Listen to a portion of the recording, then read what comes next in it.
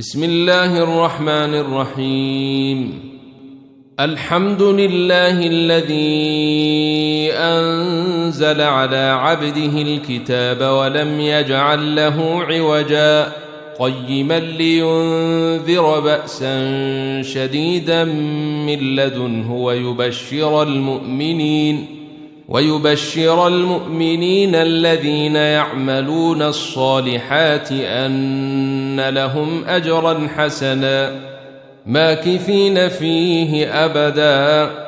وينذر الذين قالوا اتخذ الله ولدا ما لهم به من علم ولا لآبائهم كبرت كلمة تخرج من أفواههم إن يقولون إلا كذبا فلعلك باخع نفسك على آثارهم إن لم يؤمنوا بهذا الحديث أسفا إنا جعلنا ما على الأرض زينة لها لنبلوهم أيهم أحسن عملا وإنا لجاعلون ما عليها صعيدا جرزا أم حسبت أن أصحاب الكهف والرقيم كانوا من آياتنا عجبا إذ أوى الفتية إلى الكهف فقالوا ربنا آتنا من لدنك رحمة وهيئ لنا من أمرنا رشدا فضربنا على آذانهم في الكهف سنين عددا ثم بعثناهم لنعلم أي الحزبين أحصى لما لبثوا أمدا نحن نقص عليك نبأهم بالحق إنهم فتية آمنوا بربهم وزدناهم هدى وربطنا على قلوبهم إذ قاموا فقالوا ربنا رب السماوات والأرض لن ندعو من دونه إلها لقد قلنا إذا شططا هؤلاء قوم اتخذوا من دونه آلهة لولا يأتون عليهم بسلطان بين فمن أظلم ممن افترى على الله كذبا وإذ اعتزلتموهم وما يعبدون إلا الله فأووا إلى الكهف ينشر لكم ربكم من رحمته ويهيئ لكم من أمركم مرفقا وترى الشمس إذا طلعت تزاور عن كهفهم ذات اليمين وإذا غربت تقرضهم ذات الشمال وهم في فجوة منه ذلك من آيات الله من يهد الله فهو المهتد ومن يضلل فلن تجد له وليا مرشدا وتحسبهم أيقاظا وهم رقود ونقلبهم ذات اليمين وذات الشمال وكلبهم باسط ذراعيه بالوصيد لو اطلعت عليهم لوليت منهم فرارا ولملئت منهم رعبا وكذلك بعثناهم ليتساءلوا بينهم قال قائل منهم كم لبثتم قالوا لبثنا يوما أو بعض يوم قالوا ربكم أعلم بما لبثتم فابعثوا أحدكم بورقكم هذه إلى المدينة فلينظر أيها أزكى طعاما فليأتكم برزق منه وليتلطف ولا يشعرن بكم أحدا إنهم إن يظهروا عليكم يرجموكم أو يعيدوكم في ملتهم ولن تفلحوا إذن أبدا وكذلك أعثرنا عليهم ليعلموا أن وعد الله حق وأن الساعة لا ريب فيها إذ يتنازعون بينهم أمرهم فقالوا بنوا عليهم بنيانا ربهم أعلم بهم قال الذين غلبوا على أمرهم لنتخذن عليهم مسجدا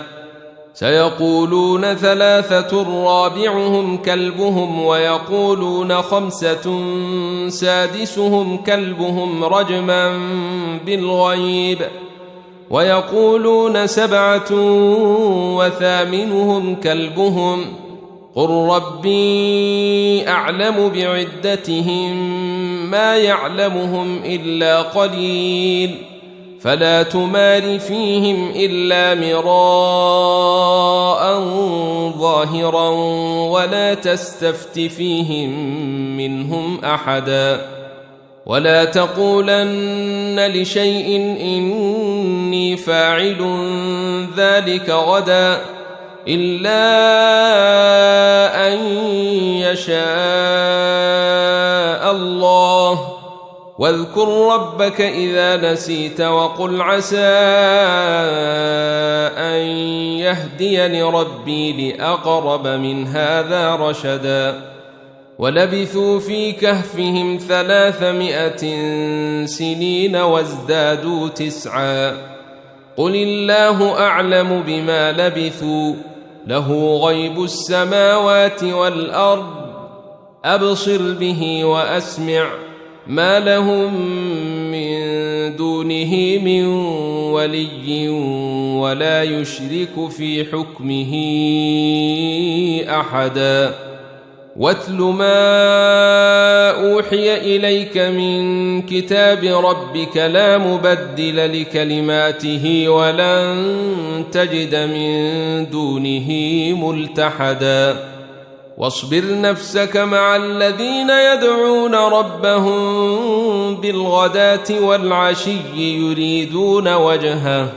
ولا تعد عيناك عنهم تريد زينة الحياة الدنيا ولا تطع من أغفلنا قلبه عن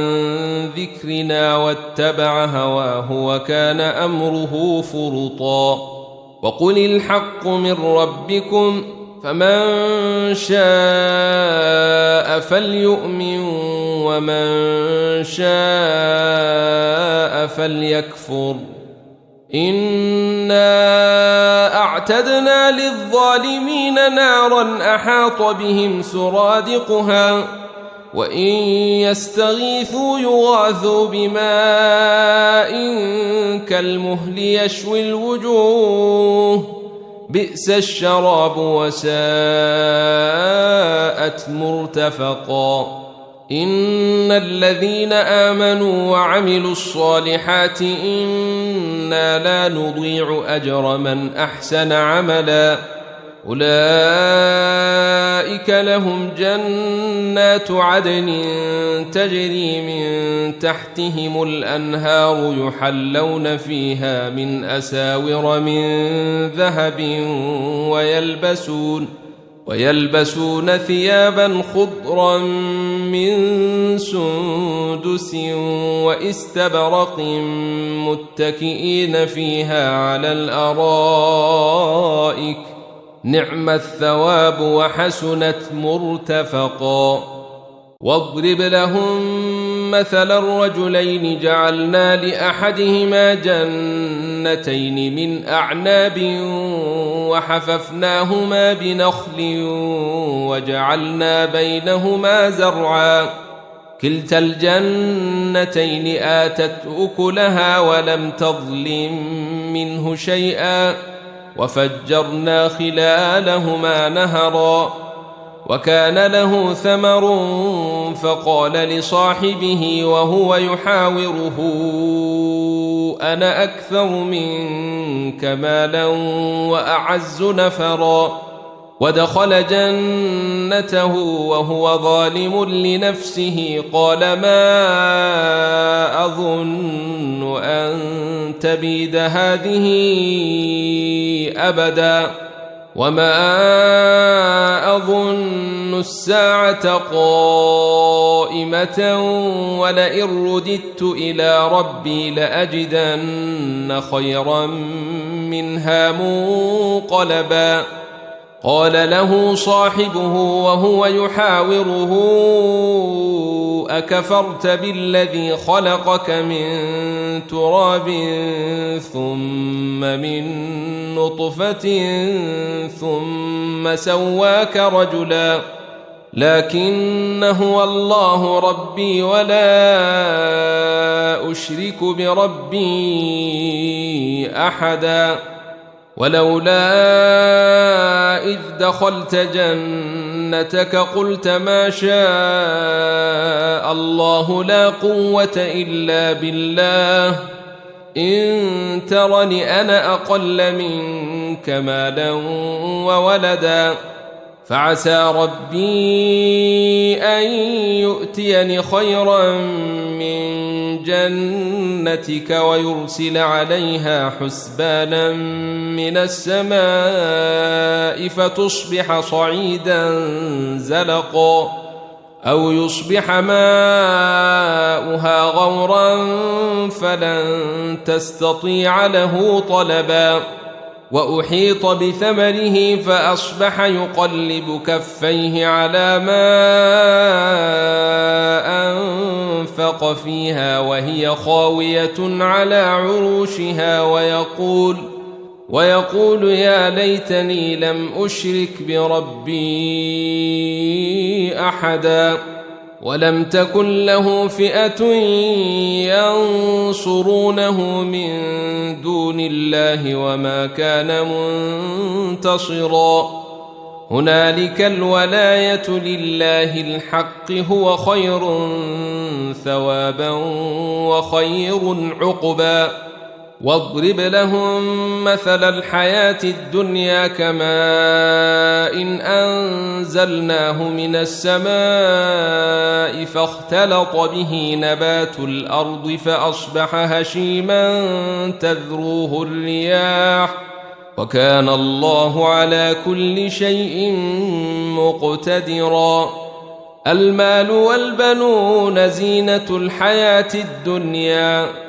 والباقيات الصالحات خير عند ربك ثوابا وخير أملا ويوم نسير الجبال وترى الأرض بارزة وحشرناهم فلم نغادر منهم أحدا وعرضوا على ربك صفا لقد جئتمونا كما خلقناكم أول مرة بل زعمتم أن لن نجعل لكم موعدا ووضع الكتاب فترى المجرمين مشفقين مما فيه ويقولون يا ويلتنا ما لهذا الكتاب لا يغادر صغيرة ولا كبيرة إلا أحصاها ووجدوا ما عملوا حاضرا ولا يظلم ربك أحدا وإذ قلنا للملائكة اسجدوا لآدم فسجدوا إلا إبليس كان من الجن ففسق عن أمر ربه أفتتخذونه وذريته أولياء من دوني وهم لكم عدو بئس للظالمين بدلا ما أشهدتهم خلق السماوات والأرض ولا خلق أنفسهم وما كنت متخذ المضلين عضدا ويوم يقول نادوا شركائي الذين زعمتم فدعوهم فلم يستجيبوا لهم وجعلنا بينهم موبقا ورأى المجرمون النار فظنوا أنهم مواقعوها ولم يجدوا عنها مصرفا ولقد صرفنا في هذا القرآن للناس من كل مثل وكان الإنسان أكثر شيء جدلا وما منع الناس أن يؤمنوا إذ جاءهم الهدى ويستغفروا ربهم إلا أن تأتيهم سنة الأولين أو يأتيهم العذاب قبلا وما نرسل المرسلين إلا مبشرين ومنذرين ويجادل الذين كفروا بالباطل ليدحضوا به الحق واتخذوا آياتي وما أنذروا هزوا ومن أظلم ممن ذكر بآيات ربه فأعرض عنها ونسي ما قدمت يداه إنا جعلنا على قلوبهم أكنة أن يفقهوه وفي آذانهم وقرا وإن تدعهم إلى الهدى فلن يهتدوا إذن أبدا وربك الغفور ذو الرحمة لو يؤاخذهم بما كسبوا لعجل لهم العذاب بل لهم موعد لن يجدوا من دونه موئلا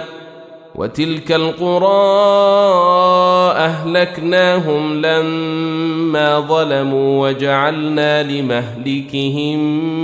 موعدا وإذ قال موسى لفتاه لا أبرح حتى أبلغ مجمع البحرين أو أمضي حقبا فلما بلغا مجمع بينهما نسيا حوتهما فاتخذ سبيله في البحر سربا فلما جاوزا قال لفتاه آتنا غداءنا لقد لقينا من سفرنا هذا نصبا قال أرأيت إذ أوينا إلى الصخرة فإني نسيت الحوت وما أنسانيه إلا الشيطان أن أذكره واتخذ سبيله في البحر عجبا قال ذلك ما كنا نبغي فارتدا على آثارهما قصصا فوجدا عبدا من عبادنا آتيناه رحمة من عندنا وعلمناه من لدنا علما قال له موسى هل أتبعك على أن تعلمني مما علمت رشدا قال إنك لن تستطيع معي صبرا وكيف تصبر على ما لم تحط به خبرا قال ستجدني إن شاء الله صابرا ولا أعصي لك أمرا قال فإن اتبعتني فلا تسألني عن شيء حتى أحدث لك منه ذكرا فانطلقا حتى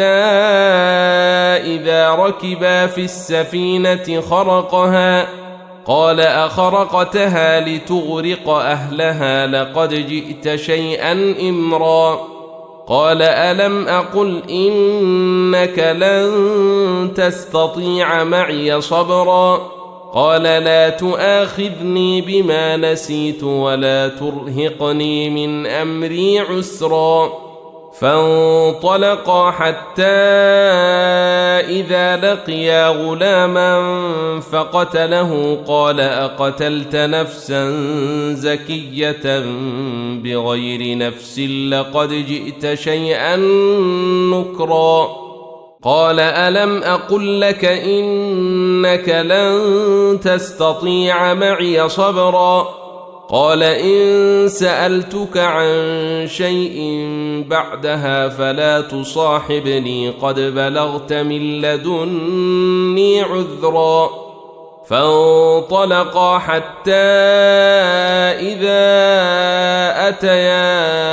أهل قرية استطعما أهلها فأبوا أن يضيفوهما فوجدا فيها جدارا يريد أن ينقض فأقامه قال لو شئت لاتخذت عليه أجرا قال هذا فراق بيني وبينك سأنبئك بتأويل ما لم تستطع عليه صبرا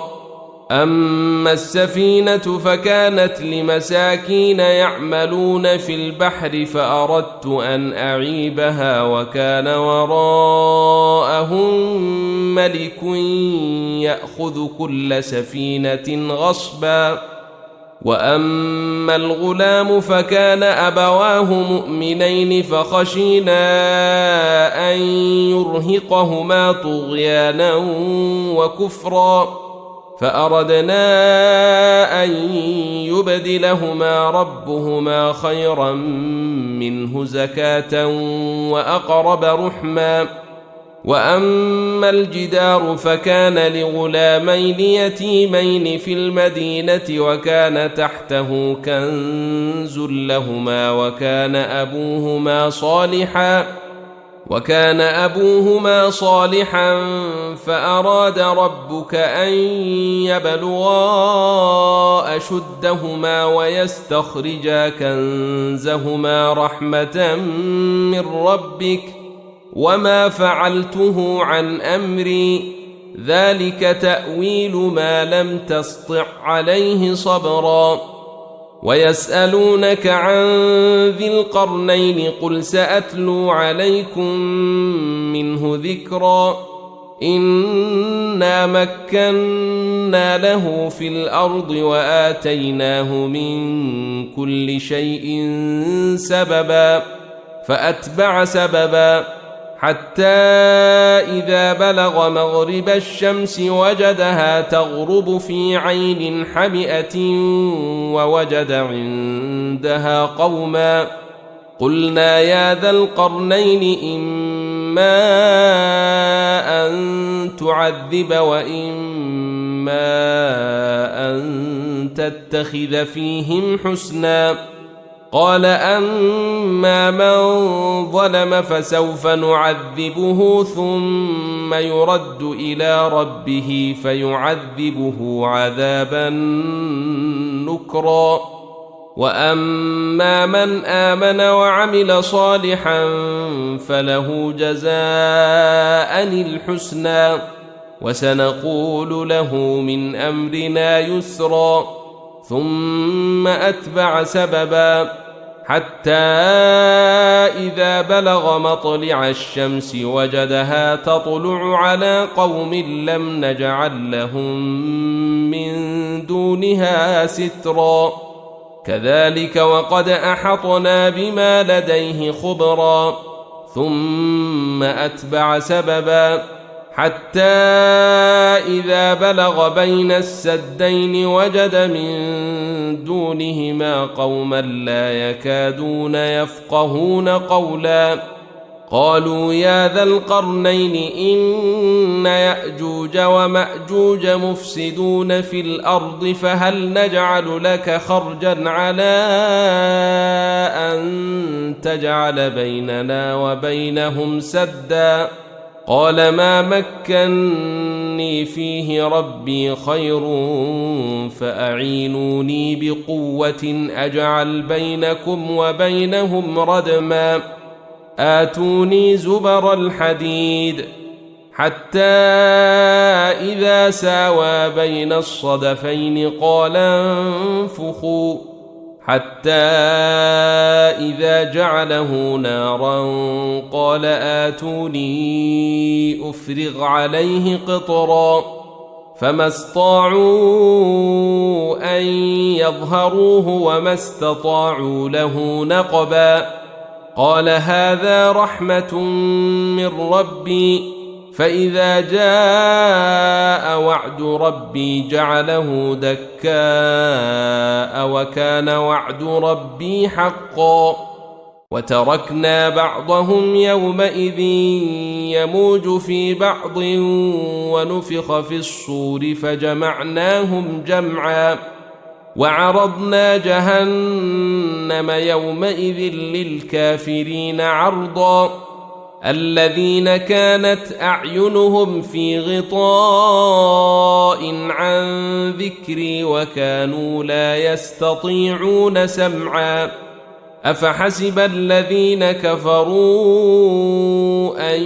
يتخذوا عبادي من دوني أولياء إنا أعتدنا جهنم للكافرين نزلا قل هل ننبئكم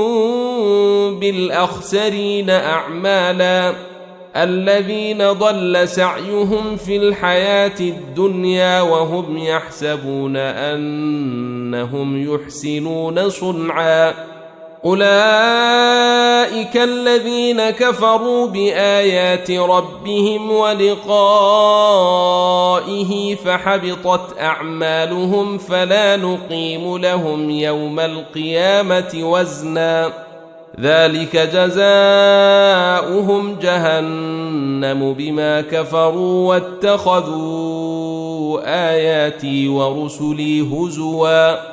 إن الذين آمنوا وعملوا الصالحات كانت لهم جنات الفردوس نزلا خالدين فيها لا يبغون عنها حولا قل لو كان البحر مدادا لكلمات ربي لنفد البحر قبل أن تنفد كلمات ربي ولو جئنا بمثله مددا قل إنما أنا بشر مثلكم يوحى إلي أنما إلهكم إله واحد